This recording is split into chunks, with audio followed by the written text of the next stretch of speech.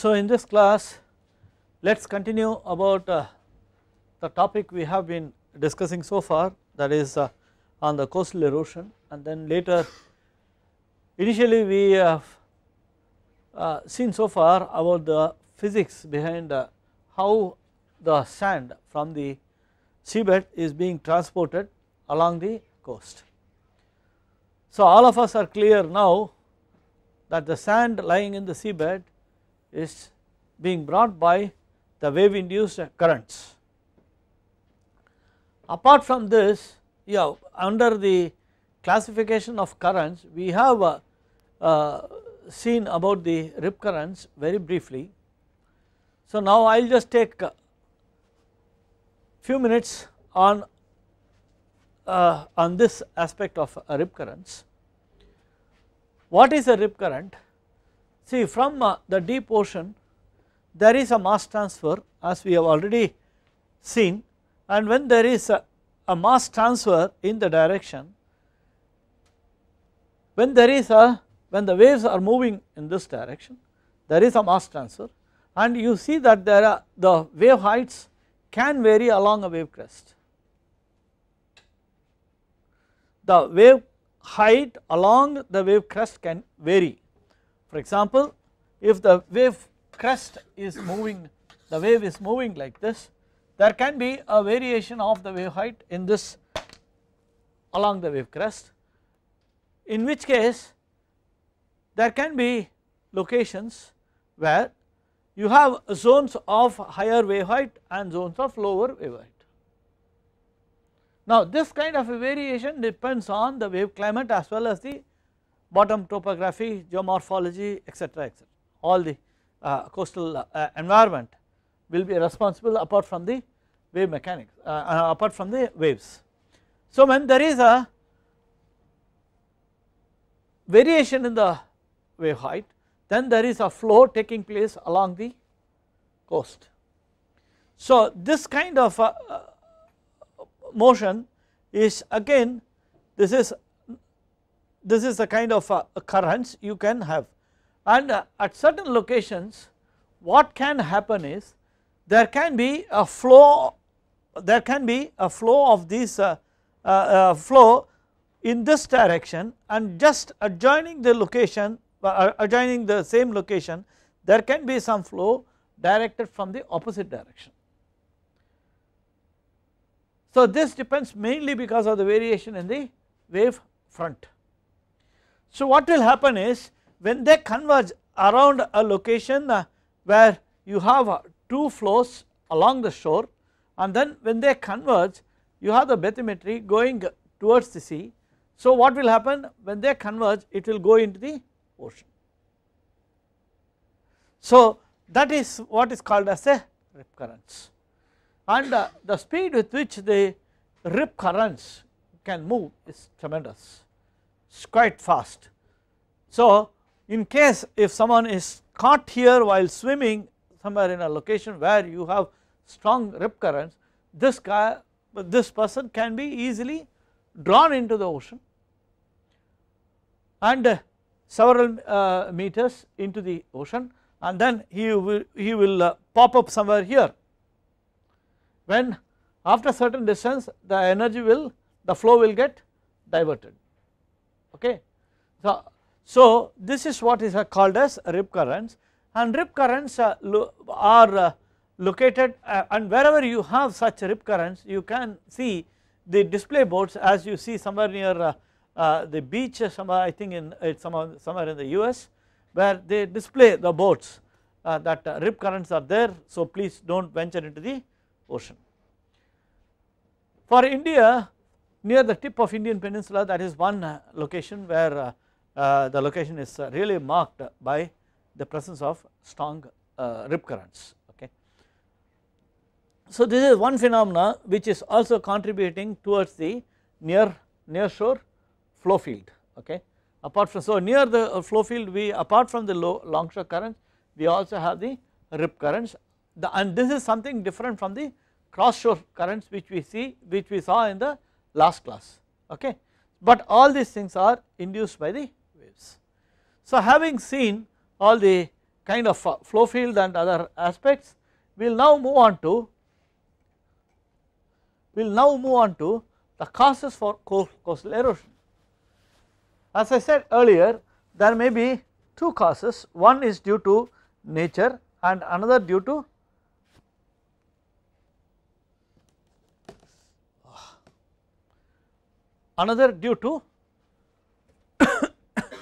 man-made.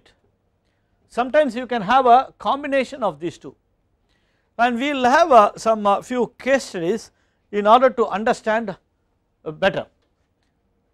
So now the causes are under nature is the very much talked topic, that is the sea level rise. And you know what happens when there is a sea level rise. When there is a sea level rise, this is something, it is going to be a gradual phenomena, but when there is a rise in the water level in the ocean, the chances of coastal flooding is more, because the wave which is supposed to, the wave will not be breaking in its original position, but it will be breaking more towards the land. So sea level rise, if there is a sea level rise, that can cause erosion, or man-made, if you are constructing dams, dikes and other coastal structures, that can result in the rise and concentration of tides. We will look at it, all these examples. I will just list all these causes, but we will be looking at all these various causes when we see the different case studies. Then protruding headlands, reefs, rocks, etc. This I have already shown you with an example earlier with the Visakhapatnam headland, which is protruding into the ocean. So when you have a headland, then that acts as a barrier. When you have a barrier in an area where you have a movement of sand, when you have a movement of sand, so when you have the sand moving in this direction, whether you put an artificial construction like a groin, or if it is something like a natural headland, then you see that in this case, if the sand is moving in this direction, you expect the beach formation and then you have the erosion taking place. So here again you will have the erosion taking place, because if the sand is moving in this direction. So these are all because these are going to act as barriers. Barriers for what? Barriers for the movement of sand transport. So sand transport is termed as littoral drift. As I have told earlier, it is littoral drift, and these barriers are now referred to, can also be called as littoral barriers. Okay, that is littoral barriers means it stops the movement of sand and creates a beach on the updrift side and a beach and erosion on the downdrift side. So both this causes, and in the case of man-made you see groins, breakwaters, jetties, etc. See groins, breakwaters and jetties. See for example, in particular the groins and the breakwaters look alike, the structure look alike, but why are they having two different names? The two different names is for the purpose for which it is constructed. Okay. So we will look into those details later, but please remember that you should not keep on misusing breakwaters for groins or groins for breakwaters. These two structures, although they look alike, they are called, they have different terms because of, based on their functional aspects, because of their functional aspects. Now tidal entrances, river mouths causing interruption of sediment transport.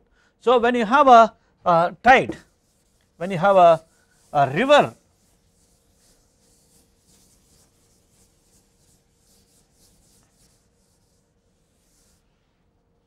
so as I told you, when you have a river and you have the sand moving in this direction, what will happen? The movement, if this is not there, the movement will be free. Now if you have a something like this, the sand will get trapped here because this is slightly deeper. So all these things will get settled, and then the shallowing of the mouth will take place, then the closure of the river mouth will take place, because the sand is being trapped by this inlet. So there will be erosion taking place at this location. So this will be erosion caused by nature, that is a inlet. Under man-made entrances, yes, I want to make an entrance here, I want to stop this thing. So I put a groin, or sorry, in this case it is called as training wall. When I put that, then you are going to have deposition and erosion, as I have earlier said. The next one is shoreline geometry causing the same. Shoreline geometry is nothing but if there is a deep projection into the ocean, so that also can act as a littoral barrier, or fills protruding under man-made. You have fills protruding in the ocean to an extent that they can change the shoreline quite radically. Such fills are called as, are often termed as bulkheads. We will be looking at bulkheads and sea walls, etc. later. Then removal of beach material from by the wind drift, that is again coming under nature. When you look at the man-made, removal of material from the beaches for construction and other purposes. So all of us know that there is so much of debate going on and so much of problems we face on sand mining. Sand mining is prohibited, but still it goes on at certain locations. The important problem is, if you mine or if you remove the sand for whatever purpose it is, then you are going to invite problems associated with the instability of the coastline. So instability of coastline is going to is certainly related to the livelihood and the safety of the coastal villages. Now the last item is, there are several other reasons also, but these are the most important ones. The second one, next one, is the removal of beach material by sudden outbursts of flood water. This is a sudden burst during the flood, or digging or dredging of new inlets, channels and entrances, and also the offshore dumping of materials.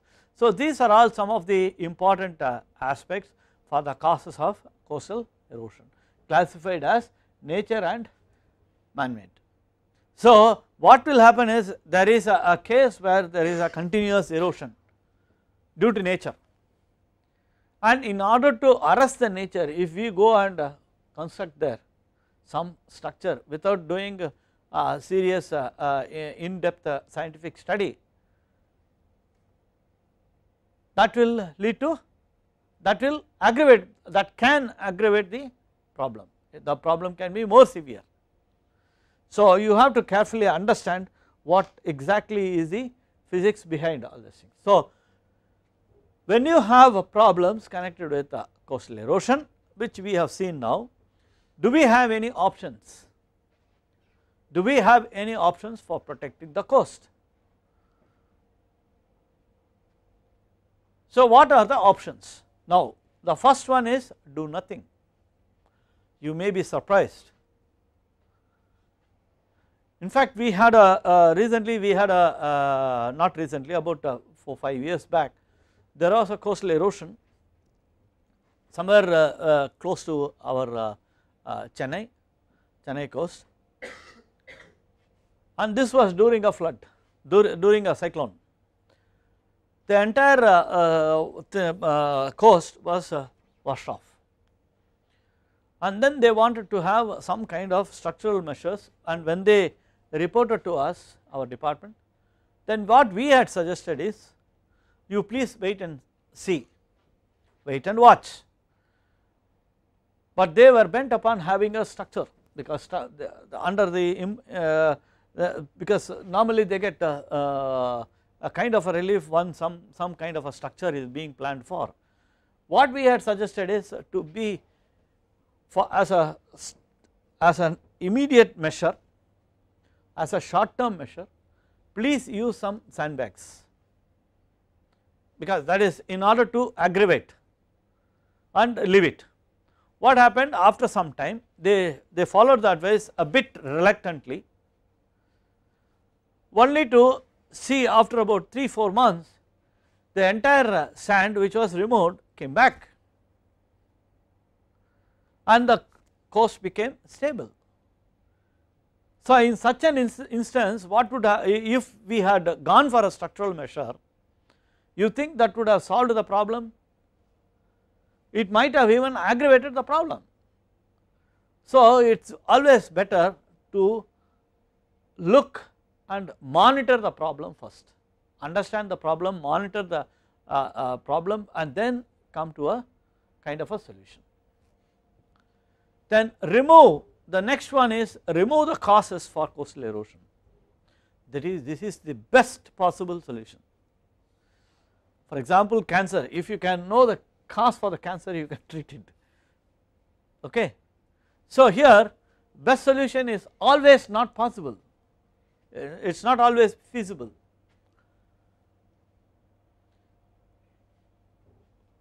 So, if the erosion is due to longshore sediment transport, which I have explained due to the presence of littoral barriers, then possibly the construction of groins or offshore detached breakwaters, which we will see, can be a kind of a solution.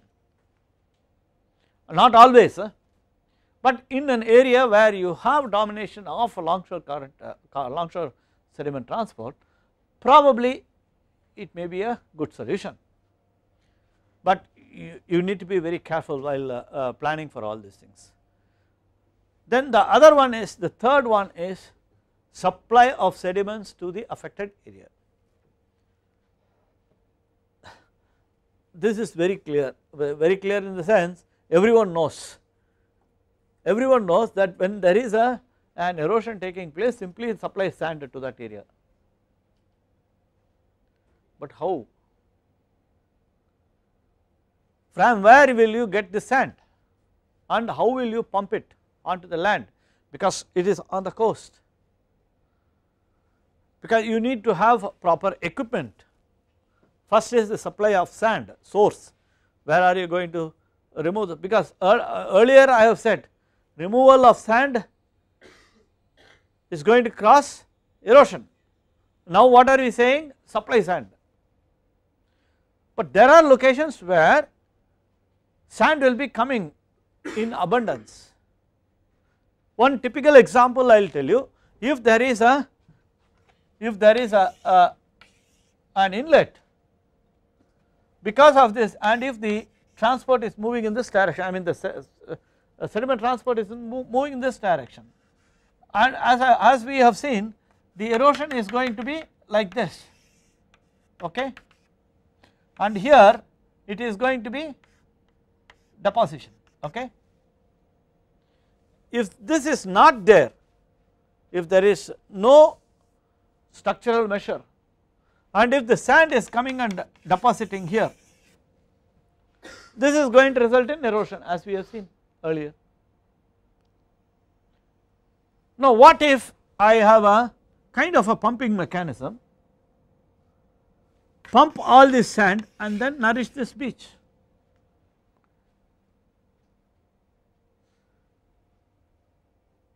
So this seems to be quite viable, right, and there can be sand which is being brought by the river also, that sand also can be removed, you understand. If the shallow patches in the river is removed, that can be used for this also, because by doing so the free flow between the river and the ocean, but the free flow from the river into the ocean is taken care of, and the flushing of the tide is also ensured. So it looks so simple now, when I explain it looks so simple, but when you go into the field there are so many other complications. is not so easy as we think, but it is a possibility. There is a possibility of doing solving this problem this way. So for this also we will have a case study. Then the next one is reduce loads. This also we have seen. For example, if you have a erosion taking place here, the sand is being removed, and if I have something like a structure, what will happen? The premature breaking will take place. So you have the deposition taking place, the beach buildup will take place. So that is what I mean by reduce loads. Increase strength, that is by providing structures, sea walls, etc., which we will see later. So finally we have what is called as bioshields, and bioshields are nothing but plantation. Bioshields became very popular, particularly after the 2004 Great Indian Ocean Tsunami. There are a number of evidences that at locations where you have a number of bioshields, structures behind such bioshields were not affected that much, but structures which are exposed directly, which were directly exposed to the tsunami, those were very badly damaged. So there has been already, even before the tsunami itself, there was some considerable amount being done research. What is the kind of research? They try to look at the kind of flow field, the kind of attenuation it is going to give, because these are all stems which, when the flow is taking place, the stems, the place, the stems as well as the space between the stems are going to induce some kind of a turbulence. So the energy is going to be dissipated. There has been lot of work. Now since the tsunami, Indian Ocean tsunami that occurred near Bandar Aceh, which we will be discussing later, there has been a rapid progress in research on vegetation flow field interaction. Okay. So then that is, these are the different options we do have under for the coastal protection. So now we will move into what are the major measures. Before I proceed, are there any questions from any of you? Is everything clear? Okay, I can proceed. Broadly, you have two kinds of measures. One is the hard measures and the other one is the soft measures. What are the hard measures? Broadly, it can be classified as construction of groins, construction of sea walls and construction of offshore detached breakwaters.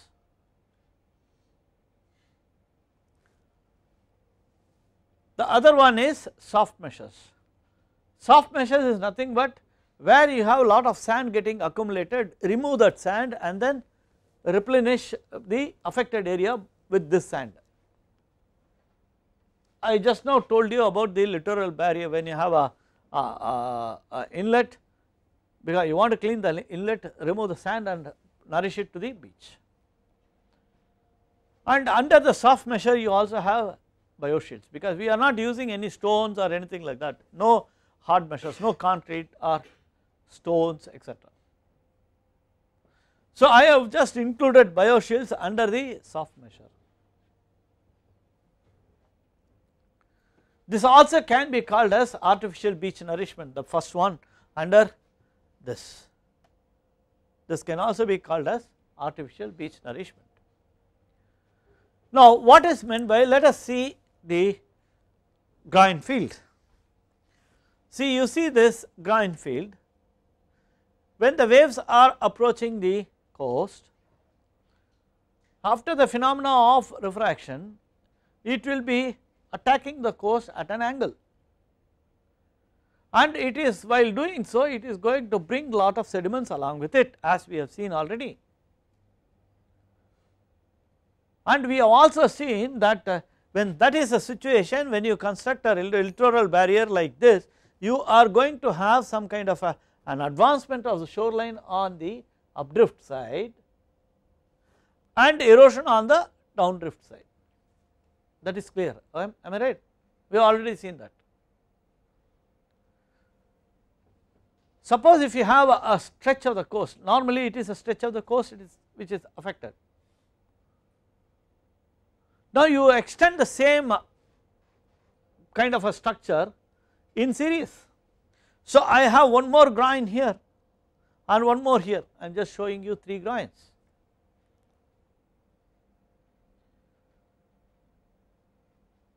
So what will happen?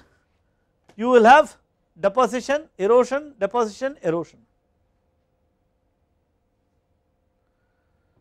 The phenomena of diffraction, refraction, sediment transport, all these things come into picture here. Is that clear? I have explained this why you have the erosion with a single groin earlier. Do you remember that in the last class? Okay, because of penetration of wave into the sheltered area, it penetrates and then removes the sand from the beach, and then you have the longshore currents trying to push these sediments along the shore. Is there any doubt? So this is a phenomena that takes place, so with which you have alternate zones of erosion and deposition, and over a period of time you see that the beach will really advance and then you will be able to win the beach. What do you mean by win the beach? That is, it is not that your beach which is lost forever is lost. You are able to now get back the lost beach under this case. So groin field, what does a groin field need? It needs sand to move along the shore, only then it can be useful, because it needs sand to get trapped in between the compartments. If you do not have any longshore currents, longshore sediment transport, and in such a location if you construct a groin field, it is not going to give you any result. So it is very important to find out even before you plan for a coastal structure, what is the mode of sediment transport in that particular location, whether it is dominated by the longshore currents, longshore sediment transport, or it is going to be cross shore sediment transport. Okay. So having ascertained that you have the longshore sediment transport, then you decide on going for the groin field, fine, but then you have to decide about the length, about the gap between the groins, etc. This has to be carefully done. We will look at those aspects later. Then comes the seawall. Seawall, earlier there was no scientific background, like in the case of breakwaters. So what was so if you have erosion taking place, simply dump stones. What is the size of stones? No, simply dump stone. Now these days we know what should be the size of the stone and how it has to be placed. We have already seen that you have layers, the top layer will have bigger stones and the size of these stones will be governed by a formula. It is going to be a function of h, the wave height, probably h cubed, which we will be seeing later. So we have all established formula. So using that formula you can calculate all these things and arrange it in a more scientific manner.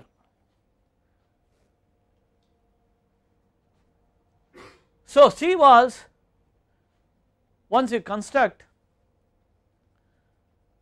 we will see that the sea, mostly in most of the cases, the beach is lost forever. You admit the defeat with the waves. You have lost your boundary, it is lost and you do not want to lose further. So, you put this is seawall. Compared to groin, this is more of defense, whereas there you try to play, try to get more beach. Trying to get more beach do apply even in the case of offshore detached breakwaters.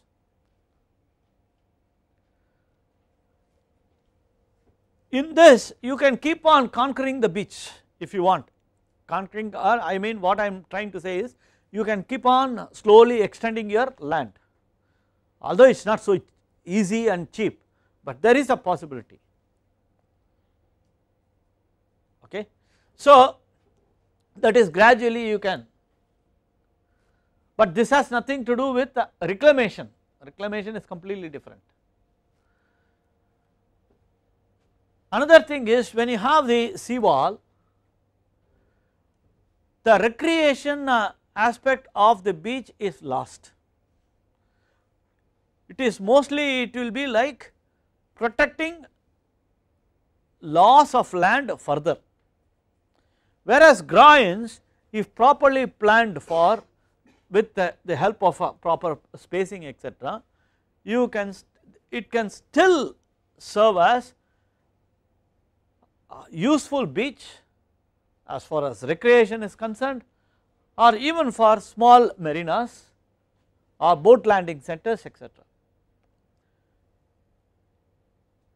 We have effectively used such kind of a design for stretches of coast along our Indian coast, examples of which I will show you later. So, next comes offshore detached breakwaters. What is offshore detached breakwaters? You have breakwaters along the parallel to the shoreline with a gap in between them. With a gap in between them. What will happen if you have a gap in between them?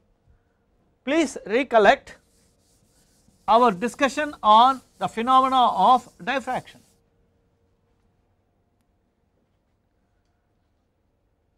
When you have a structure offshore and this is a shoreline, you have already seen that because of the tip of the breakwater,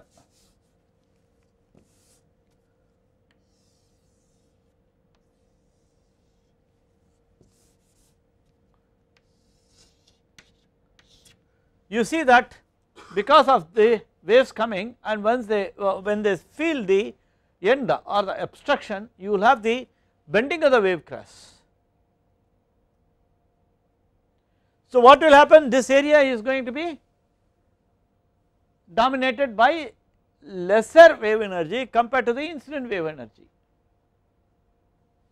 but here you see that the energy will be same or it will be less, but certainly greater than the energy here, because all these things depend on the topography.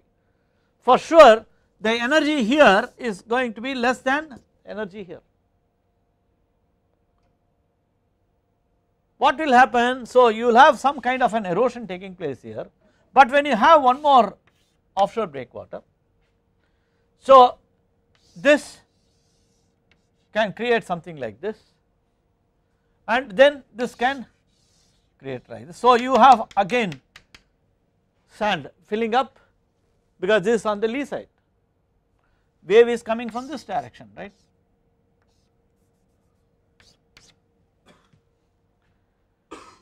So, now you see alternate zones of erosion and deposition as it is projected on the slide.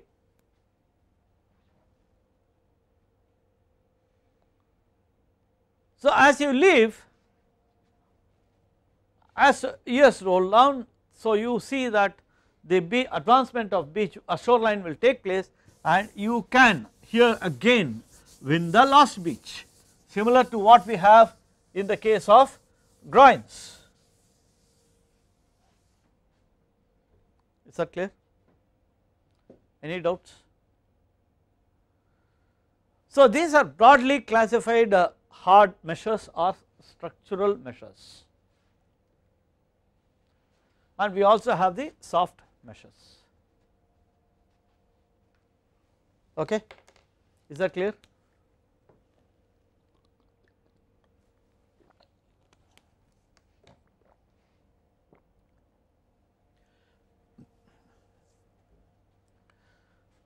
Now in this slide we see what are all the physical parameters or physical factors needed for the selection of coastal protection measure.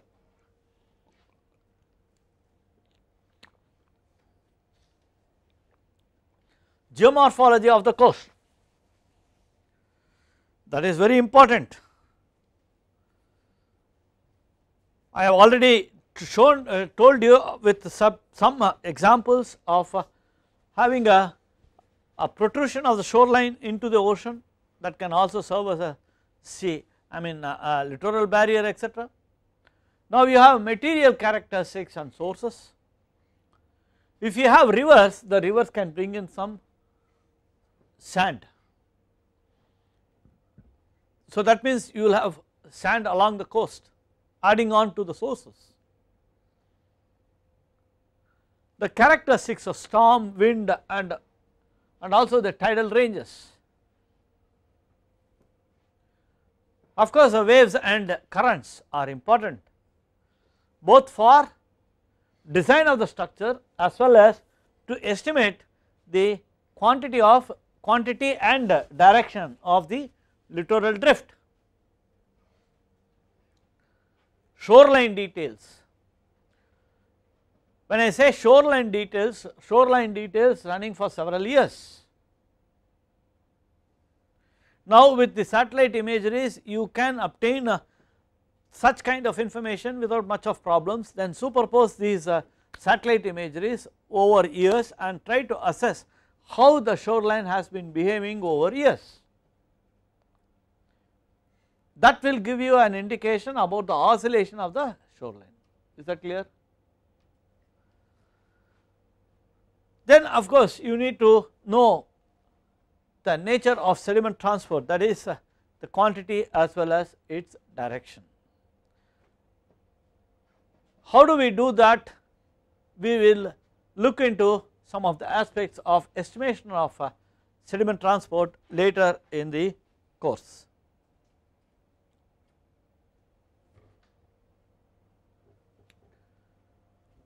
Under coastal protection works, we have a number of structures that are types of structures, namely sea walls, bulkheads, revetments, groins, jetties as well as offshore breakwaters. These are all the different kinds of structures. And of course added on to this will be the artificial beach nourishment. Let us now try to understand one by one.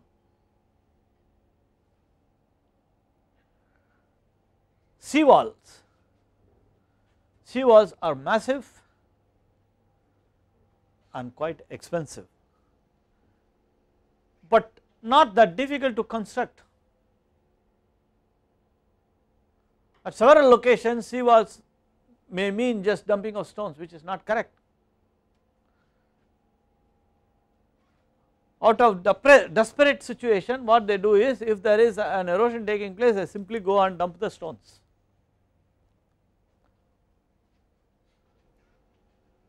So we should be avoided, and it should be based on proper scientific methods in designing the structure.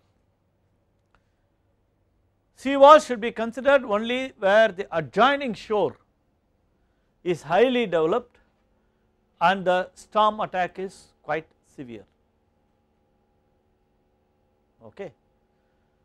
The next one is the seawall protection, for all practical purposes an irreversible act, because the beach front is removed. This is what I said. The beach lost is lost forever.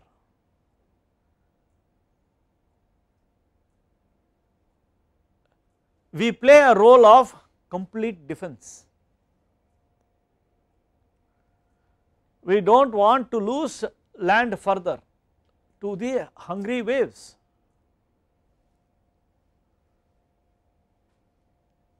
How devastating waves can be, you may not know, because you would not be going near the beach when the waves are severe.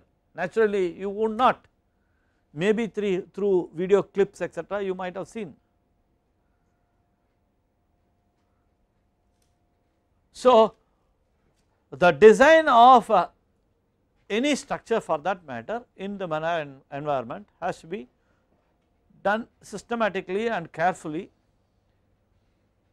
so that it can resist the different kinds of forces. It can be breaking waves or non-breaking waves. The seawall will eventually have to be rehabilitated in constant intervals. This is a problem with seawalls. Construction is easier. Once you have different grades of stones, you simply construct. The equipment needed are not much, so you start constructing the seawall.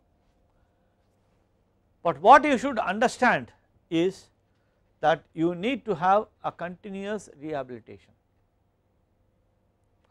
For example, you would have had a nice seawall, you would have put the stones,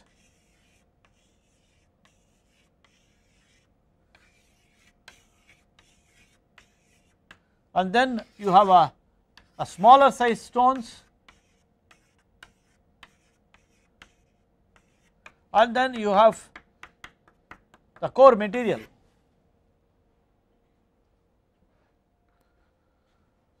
This is going to allow careful, gradual dissipation, and these boulders are going to absorb the incident wave energy. The coastal flooding will be reduced, all these things, it has a very nice effect. But in the case of a storm, if you have not, if the wave height exceeds the wave height for which the stone is designed, it may still withstand the waves. Okay, if it is of the order of a few centimeters or even few meters, it might stand. But if the order of same kind of waves which are exceeding the design wave height comes and hits the structure at regular intervals or quick intervals, then there is a possibility of the sand of the stone being removed.